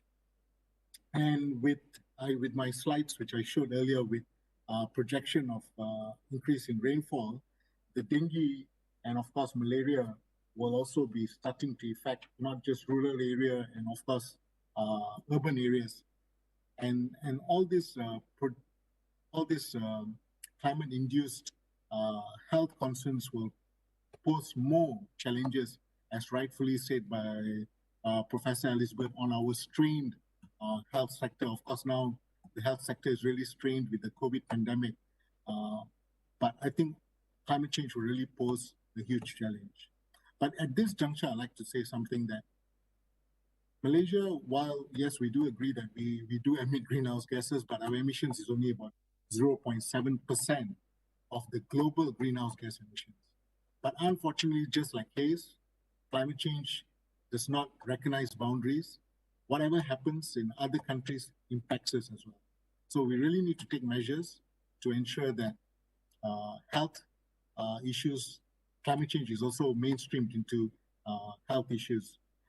Before I go, I just would like to share probably some way forward, and I'm really happy to be at this forum among some of the foremost researchers and scientists in this country. I think we need a shift towards planetary health approach. I think more and more the COVID pandemic is becoming a wake-up call. Unfortunately, it had to be the COVID pandemic. It's given us very strong wake-up call. Our relationship with the planet and the way we treat our planet will also impact us. So I think Malaysia being a mega biodiverse country with still 53.5% of our land under forest cover, I think we really need to take the planetary health concept paramount, because planetary health impacts our health. And this is really, really something that we really need to work at all levels to ensure that we do not behave recklessly with our planet. That's one. And I think the pandemic also has made us think, while globalization is important, but we also need to be self-reliant. And at this juncture, I think I'd like to congratulate UMT, because I know that UMT has an active involvement in developing new food resources and support the national food security policy. And I congratulate UMT for this, because I think we really need to be self-reliant. Because once a pandemic hits you, your borders are closed. So here there's a lot of opportunity. Malaysia is a country blessed with amazing biodiversity. You just throw anything to our soil, it will grow. So I think this is something that I really applaud the university for taking a leadership, because we've got so much of underutilized crops, which we can really explore and bring it to the forefront. So this is something that we really need to do. And I think this pandemic has also, unfortunately, again, I'm referring to a pandemic. Even if you have a lot of money, you can't do anything with it because you're going to be staying back at home. So I think as a government, as a society, and I think people in the university need to also start looking at GDP beyond just economic census. We need an inclusive wealth index, an index that takes into account social and environmental concerns as well. Because just economic parameters we have seen with this COVID pandemic does not help everyone. So we really need to look at all these other parameters. And Prof. Noraini, I know UMT can certainly contribute in this discussion for us to, as Malaysia, because for Malaysia being a mega diverse country, we can go beyond just looking at economic parameters. Of course, we need to circularize our economy. Many academic papers have been produced in terms of our ways. There's a very famous paper produced in Science in 2015 by Jambak, saying that we are one of the 8 top polluters of plastic. And we need to change that, because plastic has got a life that can be recycled. For example, PET bottles can be easily recycled, but of course we have other issues that we have to take into concern. But we really need to circularize our economy, and this is really important. Of course, our consumption and production patterns, I think we need to have a balance between what we do in terms of our consumption and production. So I think this is something we really need to reflect because, again, the COVID and also climate change is really making us think about our consumption. And, colleagues who are here in the forum, Malaysia, unfortunately, is nearly 43% of our population is overweight is because of our consumption in terms of food, for example. So we're probably eating a lot, but the nutrition level is not probably adequate. And I did a quick study recently. Unfortunately, in Putrajaya, the nutrition level, there's nutrition deficiency and stunting happening among our small school-going children. So this is a huge issue that we really need to look at. And this is something that I really like, and I'm glad to be invited in this forum, is the Science Policy Interface. I think there are a lot of fantastic work happening in the university, but they need to cross the barrier and come to the policy space. So I really thank UMT for inviting us, because I had a really, I listened to both Professor Elizabeth and of course our renowned Dato Prof Noraini on the wise words. And I think this kind of discussions need to continue to get science to influence policy making. This is very, very important. And of course, low carbon mobility, and this is something that universities can do, trying to make their campus moving towards low carbon, trying to embrace a greener lifestyle. So this is something that we can do. And something that I tend to speak a lot is Malaysia, our forefathers actually knew quite a lot. The Malay home, for example, in fact, in Terengganu, I always admire your Rumah Melayu, you know. It is the most climate-friendly architecture. And you know, we have somehow forgotten it to a certain extent, but I think we really need to look at ethnocentric development, what Malaysia is really good at, what our forefathers were doing. I mean, the Japanese have introduced Satoyama, living in harmony with rural landscapes. So I think here back home in Malaysia, we have had so much of knowledge and wisdom from our ethno knowledge. And I think this needs to be made more mainstream. And these are things that, of course, you all are doing: urban farming, urban biodiversity, this Denai Sungai Kebangsaan. For those who are not familiar with the Malay language, we're thinking that we need to start loving our rivers and embracing them. And while we do pathways, we can also have urban farming and urban biodiversity.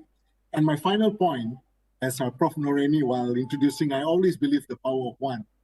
Individuals, every one of us, can start doing something and embracing a green lifestyle. Small steps, take one person's small step will have a domino effect to get more cascading and more impactful change towards a planet which is much greener and healthier. So thank you again. I'm actually at the end of my slides. This is actually Malayan elephants roaming somewhere in Belum, thanks to my friends in University of Nottingham who shared this picture with me. So thank you all so much. Whatever we do has got everything is connected. So as we have seen by the report in Lancet, I think we can jointly work together and hopefully we can address some issues that were stated in the report by Lancet. Thank you all so much for giving us this opportunity. Terima kasih.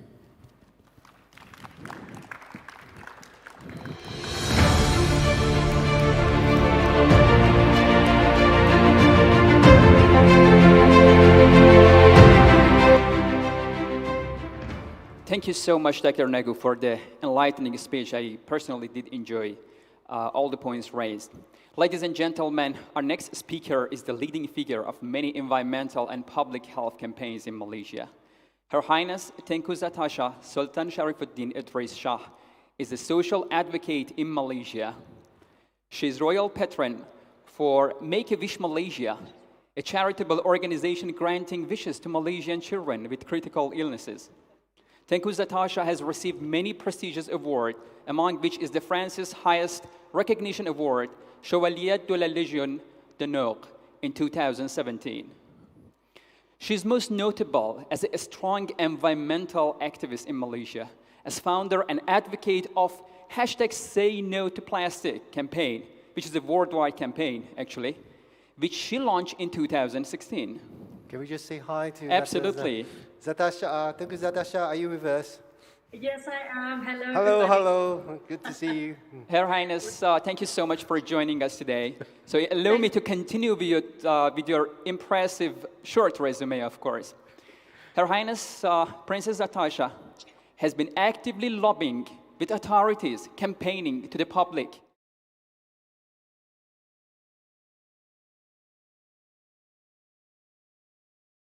catastrophic plastic pollution to mitigating food waste and climate change. Mesam, can I just say Absolutely, Len. something to Tengku Zatashah? I mean, I'm so proud of you as a Malaysian because I'm sure many of us are very proud and very grateful for what you have done to Malaysia. Thank you so much. Ladies and gentlemen, please allow me to present to you the one and only Tengku Zatashah. The stage is yours. Wow, thank you so much, everybody. And thank you for that incredible welcome. I'm very honored. Thank you for having me at the Malaysia launch of the Lancet Countdown 2020 on health and climate change. And I have to say, I've been so impressed and inspired by everyone's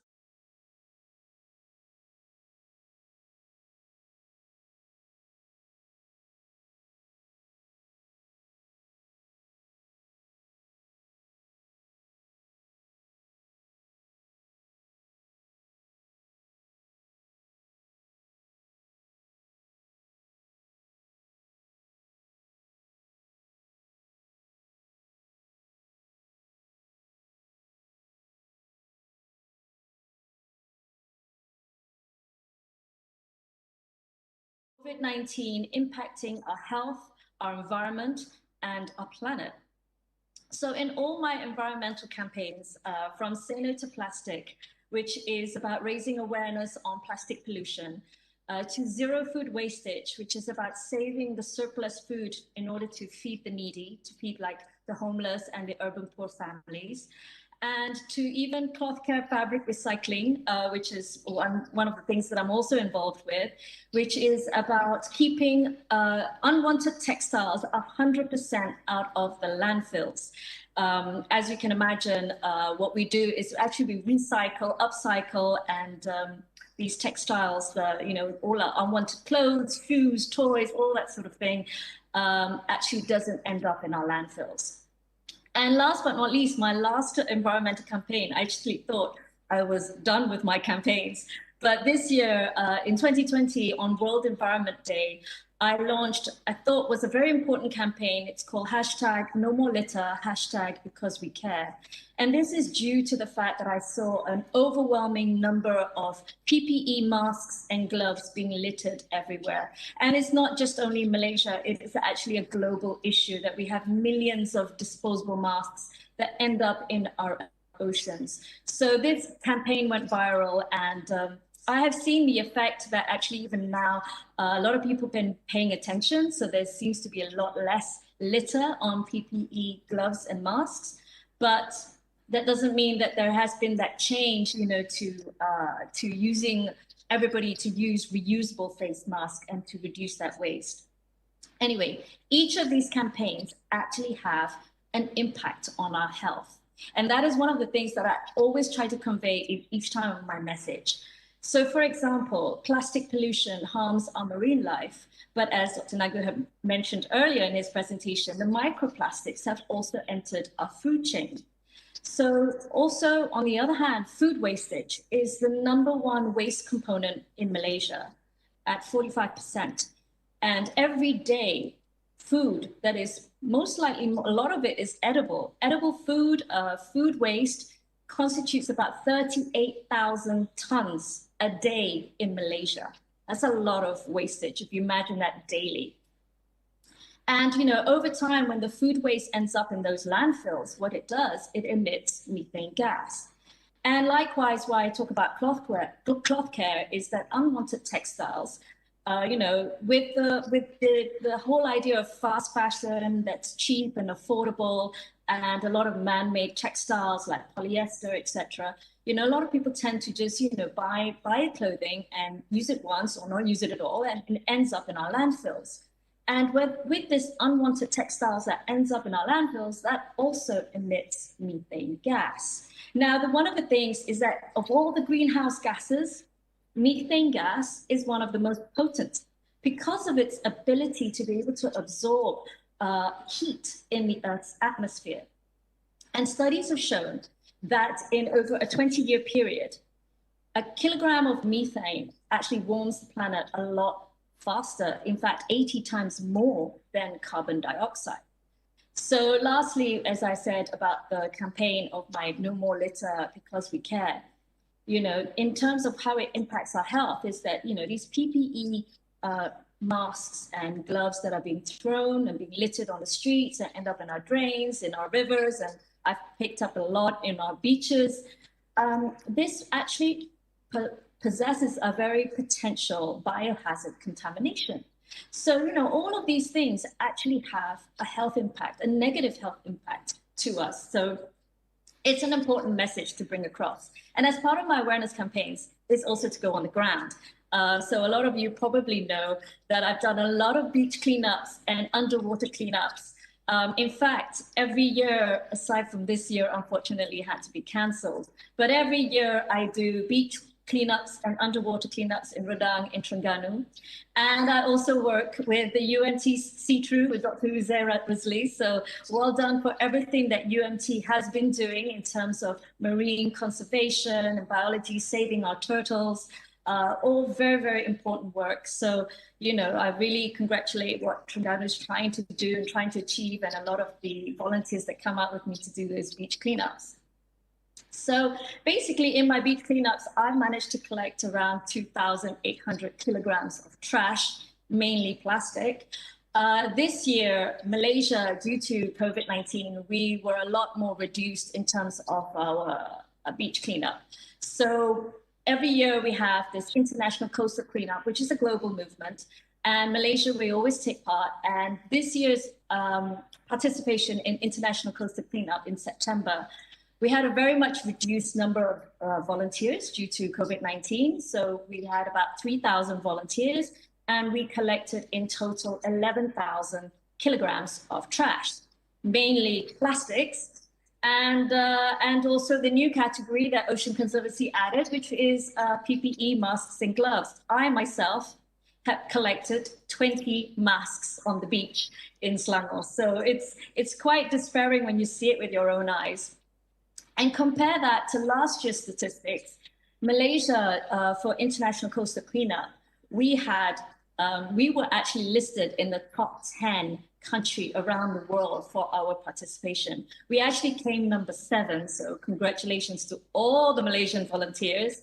Last year, we had around over 15,000 volunteers nationwide, and we collected over 40,000 kilograms of trash. That's about 40 tons, if you can imagine. That was a nationwide effort. So congratulations to everyone from this year, last year, and many years that we've been doing this. You know, beach cleanups are very important. It's not about just ending it there, but it's also about raising awareness and showing the data, and the data is so important. That, you know, mainly plastics is an issue, and, you know, it doesn't go away. So apart from that, I also do a lot of tree planting. In the past, I have planted 1,000 mangrove trees with 40 volunteers, 40 youth volunteers in Selangor. And yeah, I can see some of the emojis, it's quite funny. It is hot and it is backbreaking, you know, to plant 1,000 mangrove trees. We did it in about 4 hours in the heat and under the sun, but we managed to do that. And I have planted several trees in our beaches and in our forests in Selangor in order to create, you know, a greener space in our planet. But you know, it does sadden me when I see many of us eco-warriors trying to do our very best. And a lot of my eco-warriors are very young. I call them my junior mini eco-warriors because they're as young as 10 years old. You know, they say to their mom, they say, "Mama, we want to go and do a Princess Beach cleanup." And the mom's like, "I have to drive 2 hours, 6 a.m. on a Saturday for you to kutip sampah," you know, so to pick up trash. So it's very sweet to see these young eco-warriors, and they put posts about, you know, the detrimental effect of plastic pollution. So I have a lot of hope when I see a lot of our youths and a lot of our junior eco-warriors out there doing the very best and changing also how their parents and their grandparents' mentality is. This is really, really key. But aside from all those wonderful, wonderful, great things that we see, and a lot of Malaysians that, over the years, I've seen more and more coming on board, understanding about the environmental impacts and understanding about climate change, climate action. The thing is, there are many issues that still remain. COVID-19 has actually brought an increase in quite a few things that, we've had to struggle over the years to raise awareness. COVID-19 has actually increased in single-use plastic. We have seen an increase in single-use plastic. We have seen an increase in virgin plastic production. And we've also seen an increase in packaging due to the deliveries. So this year, haze was not an issue, thankfully, for us here in Malaysia. I think also due to COVID-19. But, it is an annual, and usually is an annual bane for us, for our environment and for our health every year. And, I've seen with my own eyes, like open fires, burning trash. It's still a norm, and I see it, people throwing their trash as litter. They just open their car door and they throw packets of whatever in the street, in the drains. I've taken lots of pictures of drains. A lot of my friends think you're kind of obsessed by taking pictures of the drains, but inside the drains, you see all sorts of things, all sorts of plastic bottles. I don't know how they get in there because the drains are firmly sealed, but you see a lot of the plastic trash you see, and these end up in the drains, in the rivers, onto our beaches, and eventually end up in our oceans. And what I would love to see is that we need to have this mindset and this behavior change, and it needs to improve over time. So we need to really talk about the no more litter because we care. It's not only because we care of the planet, but we care for people. Litter has that negative health impact on us. The increase in dengue. All these issues are all linked and tied together. And, single-use plastic is still rampant. And despite, we had our various legislations, and I was very grateful to be there, Dr. Nagu, at our Malaysia roadmap launch towards zero single-use plastic 2018 to 2030. I think that's one of the most very important timelines for us, Malaysia as a nation, to sort of continue forward in reducing single-use plastic.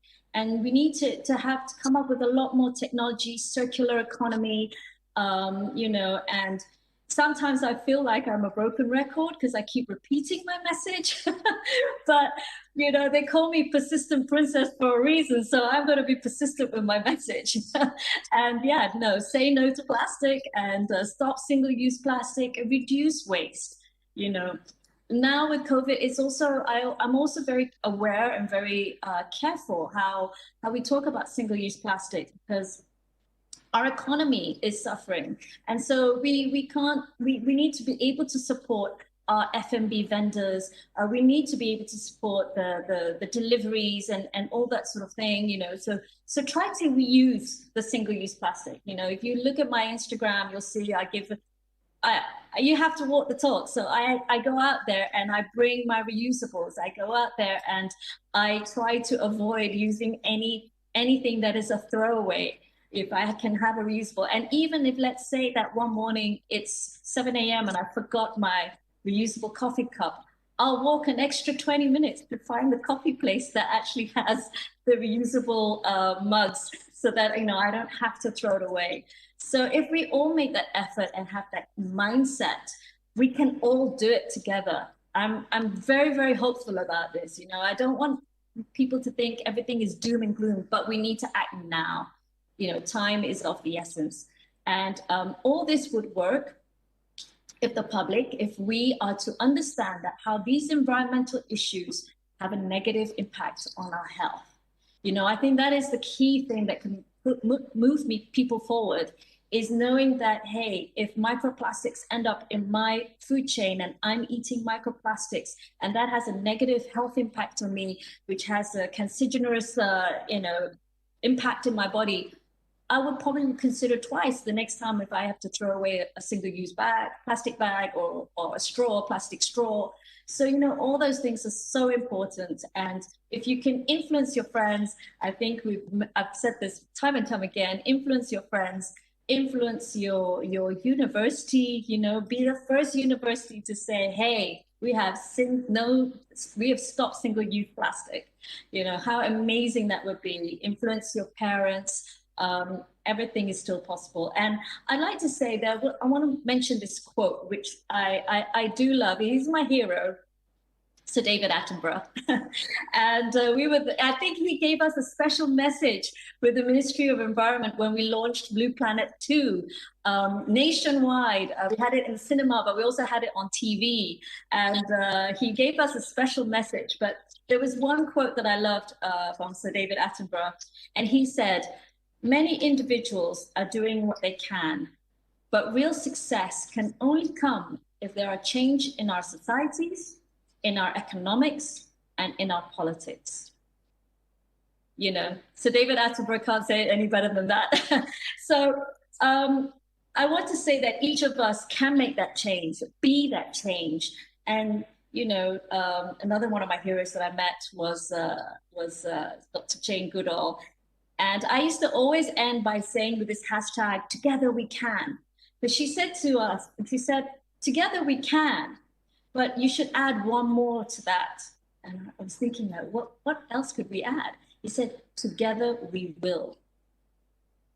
And again, you know, there are reasons why they are heroes, Dr. Jane Goodall and, you know, Sir David Attenborough.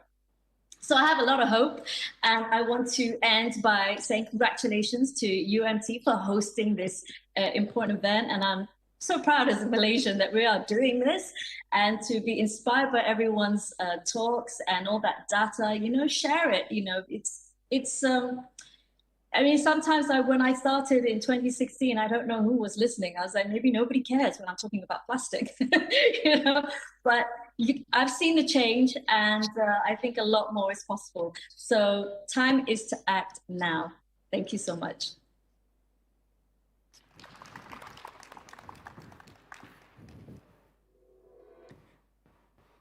Thank you so much, Her Highness Princess Zatashah, for the inspiring speech, as always. We're very thankful, more than thankful, in fact, for your commitment to be with us in this event. Thank you so much. Thank you so and much. Looking forward to your future engagement with University Malaysia Terengganu. Keep making us proud. Thank you, Zatashah.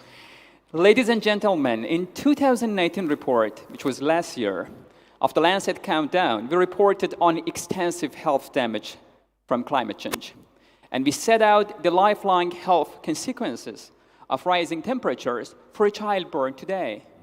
Should the world follows a business-as-usual pathway, children, unfortunately, will be among the most to suffer from our inaction today.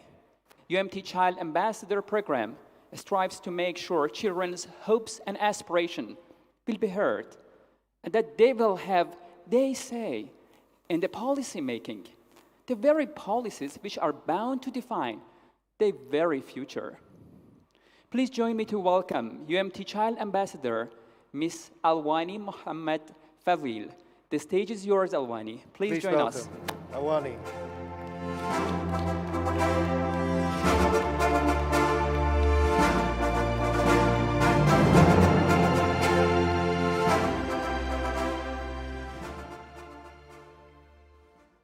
Assalamualaikum and good day. I am Alwani from Malaysia. I come from Terengganu, a coastal state along the east coast of Peninsular Malaysia. First of all, I want to congratulate everyone who has produced this very important report, which I believe offers very valuable input that can make a difference to the climate change crisis we are all facing right now. As a young person representing my generation, I have a few important thoughts I want to share. My school, SBPI Batu Rakit, is situated by the beach, facing the South China Sea. The sound of the angry waves during the monsoon season can be pretty scary during dark nights. Every year, we are getting closer and closer to the sea. I wonder how this is possible. My teacher said it is because of sea level rise. Then I started to explore by reading, and I realized that there are lots of coastal erosions happening in this world. Most of them are related to sea level rise caused by climate change. Hence, this issue is just at the tip of an iceberg. Yep, iceberg, let's start from there. Global warming and climate change are the reasons behind the meltdown of the precious icebergs in the poles, which is our major source of fresh water. The climate change is real. Over the last several decades, the global temperature has rapidly risen. Scientists, just like the people in front of me today, are very concerned about the rise in greenhouse gas emissions due to human activities, which is the main culprit. Let me just set you a scenario. Since the dawn of the Industrial Revolution, that is during the late 1700s, the percentage of carbon dioxide has increased by 30% in our atmosphere. And now, it has reached 400 parts per million. In an easier term, it is really threatening. It has never happened ever before. The global warming is speeding up, and we have recorded 20 warmest years since 1995. And just to let you know, 2015, 16, and 19, which was just last year, have been our 3 warmest years recorded. Additionally, the environmental agencies reported a 330% increase in commonness of drought. They also say that this water problem is expected to occur even more often, and it will be worse. And another truth is, scientists estimate that by 2040, there will be no 4 seasons. Only one season will stay, which is the summer. What will happen in Terengganu then? We might not experience any monsoon season that usually bring us lots of rain. When this happens, our hot climate might just go even hotter, making Malaysia and Terengganu uninhabitable. So what then? Because of global warming, many animal species and their habitats, aquatic life, and our green environment are badly hurt. Snorkeling? No more, since the corals are bleached. Additionally, the hot climate has increased for demands for water. Just imagine what happened to our source of food in the future. I want to stress on this point that if we do not take proactive measures now, the consequences of global warming and climate change could be irreversible. As the younger generation, we need to make sure our voices will be heard and our aspirations will be materialized. We need to spread hope and contribute to a global initiatives aimed at tackling climate change and enhance our resilience to its unfavorable consequences. I'm truly blessed to be close to a marine and maritime-based university, University Malaysia Terengganu. Here, the researchers create bonds with the community. They find various ways to disseminate their knowledge to locals. In a few years' time, some of us might be lucky enough to be a student in this university. But then I wonder, wouldn't it be too late if we waited till then to conserve our earth? I still remember, during my primary school days, when some UMT students come to my school for university social responsibility programs. One of them told us a story about their experience taking care of a sick turtle. The turtle was sick because there was a plastic straw got stuck in its nostrils. A story like that stuck in my mind till now, and it taught me not to be a pollutant. I didn't want to be a killer of another turtle, so I stopped using plastic straws. I didn't want to be a killer of a seabird, so I started to bring my own shopping bags. I learned that the plastic waste can kill a marine mammal, but what's worse, climate change can kill the entire species. Let us take small steps together. If I can do it, so can you. So dear scientists, please consider this. As kids, we prefer you tell us stories. Global climate change stories are important. Creating climate change stories is essential to capture attention of the youngsters. My younger siblings cannot understand and are not interested in hard facts and figures from your journal papers, dear scientists. You need to tell us your findings in the form of stories. All scientists of Lancet Countdown, you have a huge responsibility to fulfill here. Come and engage with us using stories of climate change. Policymakers in the Malaysian education system, please include this essential topic within our curriculum, not just in science subject, but literally across the board.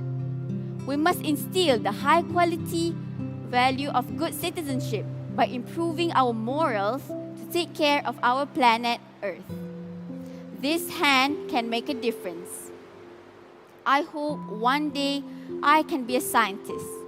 I can contribute to a more prosperous future for our country and the world. I want to be the agent of change. I want to take action. I want to tell stories. And I want to be the eco warrior. And I am certain together we will prevail. Thank you.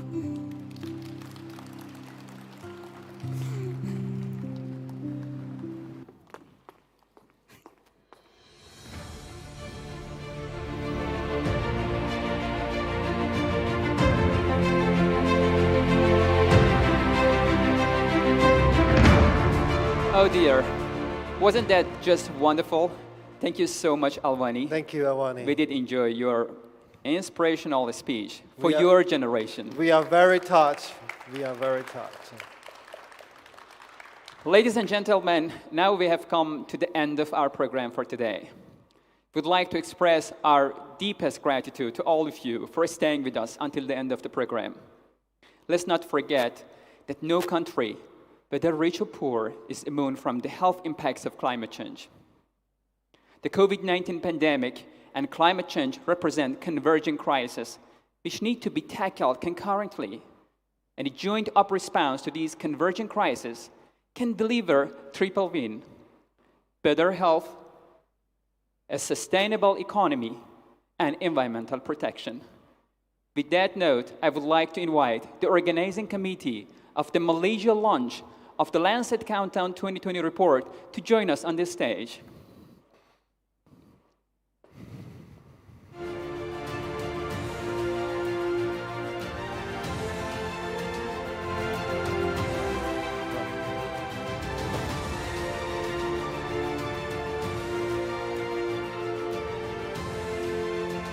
Ladies and gentlemen, thank you so much. And we hope to see you again in the future Lancet Countdown events. Stay safe, please. Thank you.